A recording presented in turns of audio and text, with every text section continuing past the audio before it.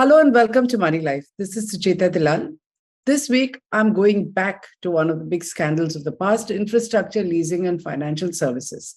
A lot of good news there. So let me not talk with the bad, the good first. So ILFS, as it is known, you remember, was this huge debacle of 2018. In fact, Moneylife broke it. I broke the story about how it had stopped paying back its creditors and the amount created a systemic shock.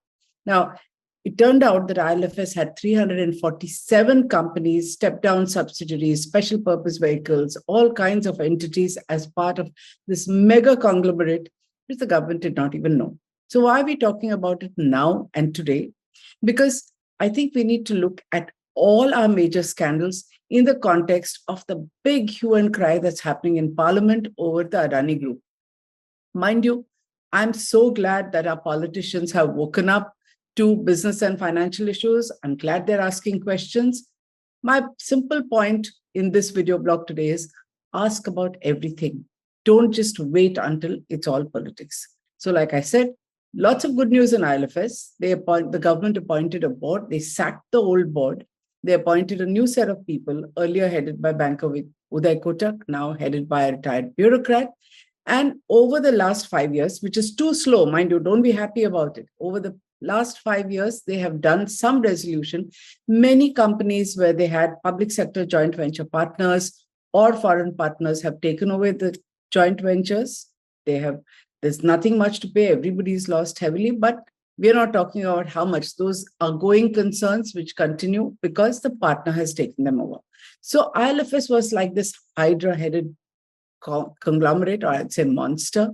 They have whittled down these 347 companies down to 88. One issue that those of you who've been reading me regularly know that I've been taking up all the time is these water companies in Tirupur.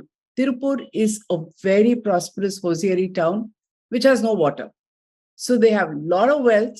And in the 90s, this was proposed as this breakthrough project, first ever privatization project with sanitization marked into it because people of Tirupur were so prosperous that they could pay. Instead of a showpiece project, which spawned other projects across the country, it's been a mess and murky almost from the beginning. So privatization and everything to do with it failed. Now, I want you to look at this today in the context of three important facts. One, like I said, water privatization was a unique experiment, hasn't worked, which is a blot on the country, if you ask me, because water is a problem all over India. Second, unlike ILFS projects with state or public sector partnerships, these critical projects in Tamil Nadu have made no headway towards resolution in 5 years. And not for want of following up, I have been following up with ILFS under the new board fairly regularly. Third, even though forensic audits and initial investigations have established how ILFS colluded with bureaucrats in multiple states, they seem to dominate. I mean, if you look at the board of these companies, it's the same. So let me start with what this Tirupur project is all about. Tirupur in Tamil Nadu, like I already said, they set up a company called New Tirupur Area Development Corporation Limited, NTADCL. Now, NTADCL has a parent company. I'm going to come to all of that. The bone of contention here is Life Insurance Corporation of India has woken up and said, we want a nominee on the board. Tirupur says, sorry, we don't want it. They've got a legal opinion to say, why not? Now, LIC not only is a insurance behemoth, it has been accused all the time in Parliament about why did you invest in Adani along with State Bank of India? So I'm saying, look at the irony. On the one hand, LIC is being hauled over the coals for its investment in the Adani Group. And here it is, where it wants to play a role, wants to ask questions, and despite everything in its favor, this is a small company which is part of a failed ILFS group, which says, sorry, we won't have you on the board. And who's deciding this? A bunch of bureaucrats, retired bureaucrats, serving bureaucrats, all appointed on the board who are dominating.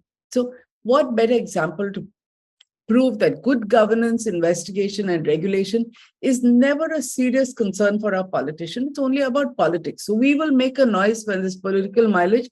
We will not make a noise in public interest. Let's look at this. I'm going to keep calling it the Tirupur company more closely because it's easier for you to understand.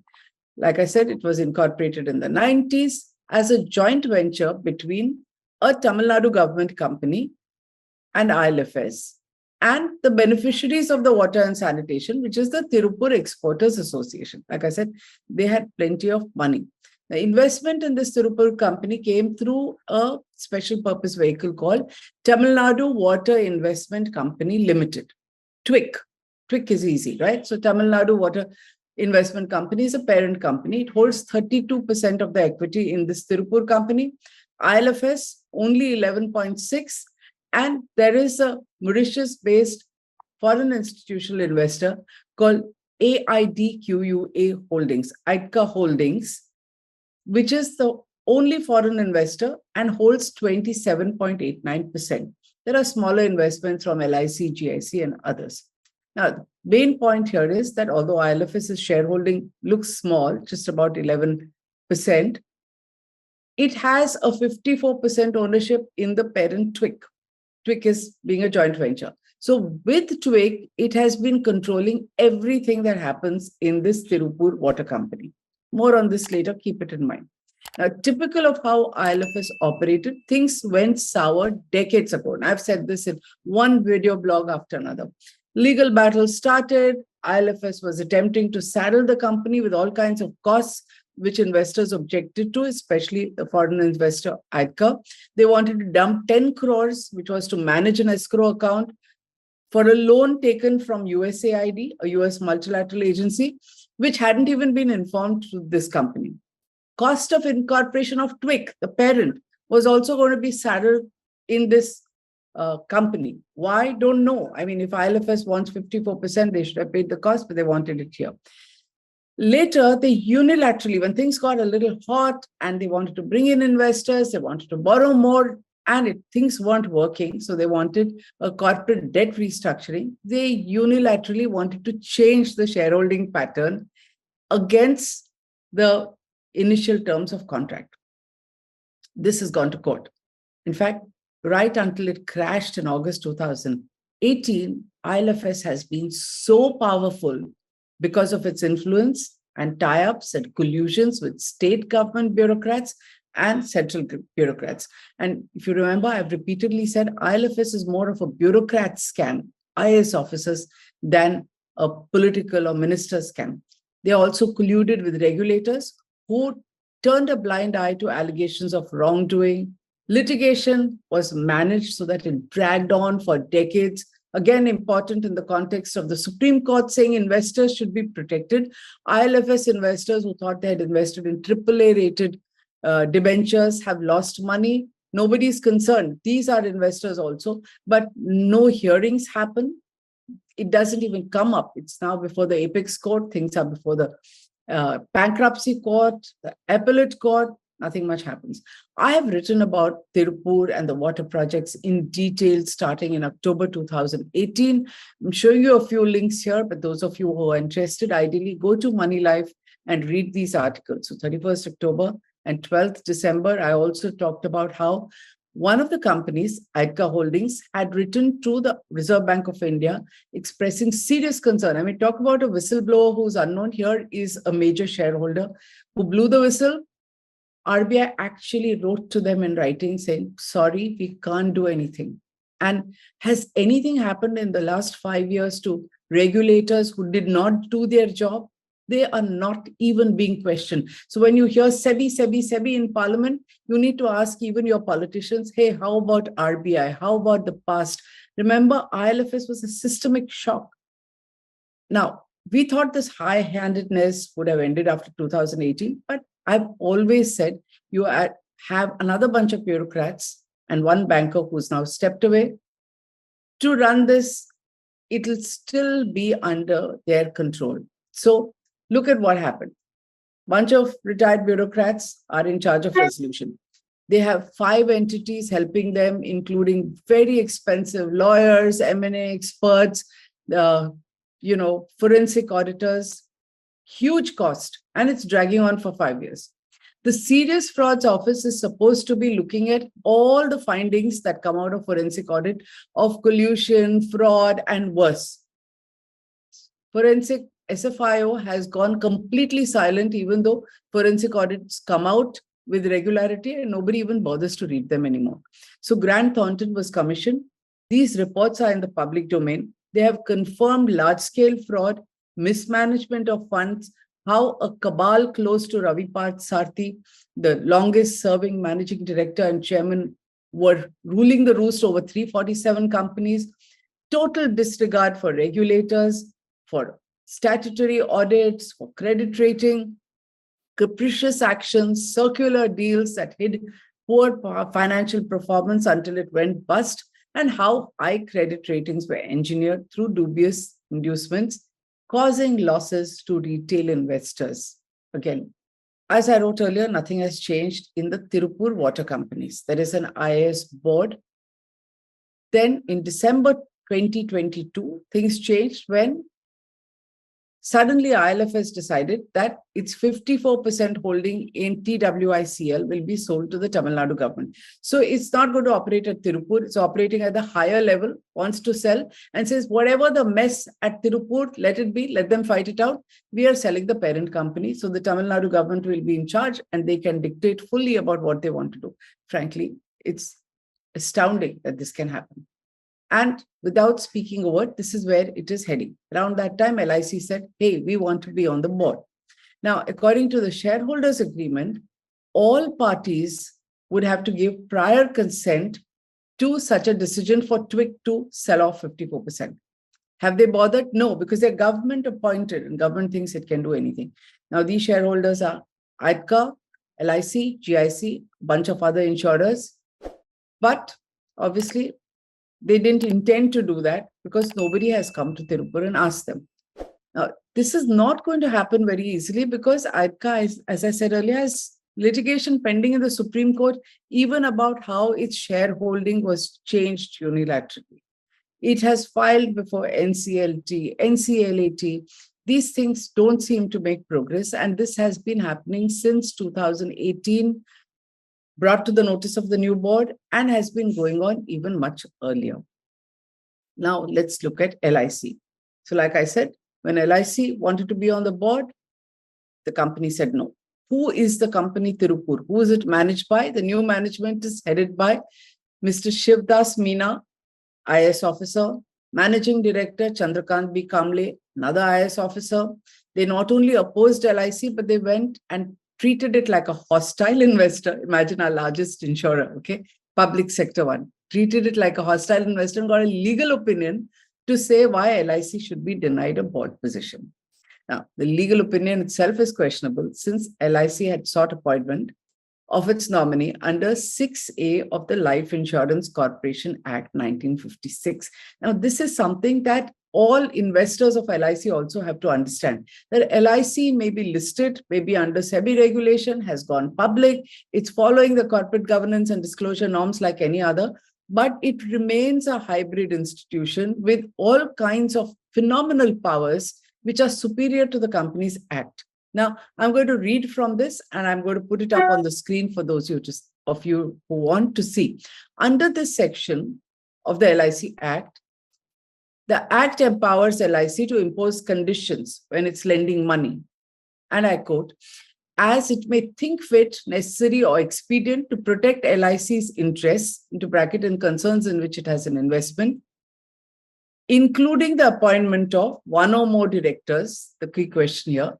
I'm going to jump and go to another key part, which says, which shall be valid and effective, notwithstanding anything to the contrary contained in the Companies Act 1956 or any other law for the time being in force, or in the memorandum, articles of association, or any other instrument relating to the concern, and any provision regarding share, qualification, age limit, number of directorships, removal from office of directors, and such like conditions contained in such law or instrument aforesaid shall not apply to any director appointed by the corporation LIC here in pursuance of the arrangement as aforesaid. Matlab, sweeping powers. And yet there is a legal opinion, I don't know how, saying, sorry, we will not appoint a nominee director. Now, when somebody who's running a company, an IS officer, acting presumably for government, is saying no to another government entity, shouldn't it raise some alarm bells and you wonder what on earth is going on? Now, this is important because LIC sin, if you ask me, is that it asks too many questions. So, and before I go on, the one person who should have treated LIC like a hostile investor should have been the foreign investor. The foreign investor has written a letter in December 2022 supporting LIC's directorship in this Tirupur company. Now, like I said, LIC has every right to be there. The parent company, ILFS, is quarter owned by LIC, 25.34% stake. It's a largest shareholder. In fact, in 2018, there was even an attempt to push LIC to take over this whole giant mess. Fortunately, it said no, because it could never have gone public if it had been so foolish. So then what is this Tirupur board afraid of? And why would it not want to answer questions from LIC, no matter how uncomfortable they are? Because, like I said, LIC has asked questions over the last 15 years. In December 2008, it rejected a rights issue planned at par, questioned whether sponsors had contributed their share to the debt service reserve fund, sponsors being ILFS. March 2009, it had outright rejected debt restructuring proposed by the company. Eventually, a third debt restructuring was pushed through by ILFS with support from IDBI Bank in 2011. There too, LIC had raised many objections in writing to the conversion of debt to equity, but it had to go along because there's something called supermajority decision of lenders. So if the supermajority agrees, everybody has to agree. But LIC has never signed the master restructuring agreement dated 29th March 2012 for the corporate debt restructuring.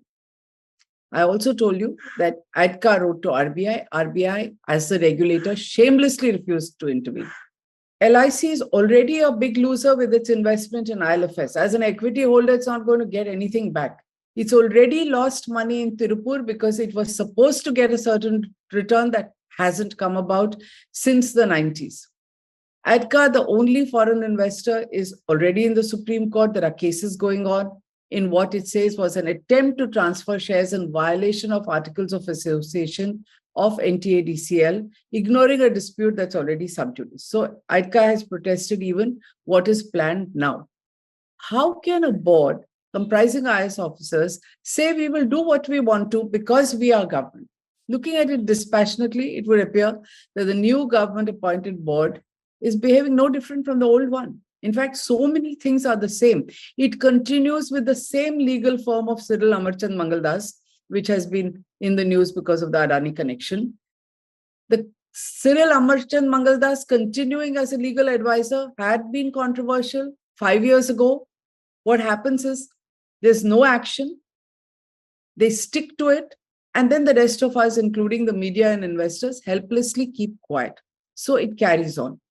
The Tamil Nadu government is also happy to have bureaucrats play along. Though Tamil Nadu is an opposition-ruled state, has a fantastic and knowledgeable finance minister, but its political leaders seem to have a different stand when it comes to Adani and different stand when it comes to ILFS.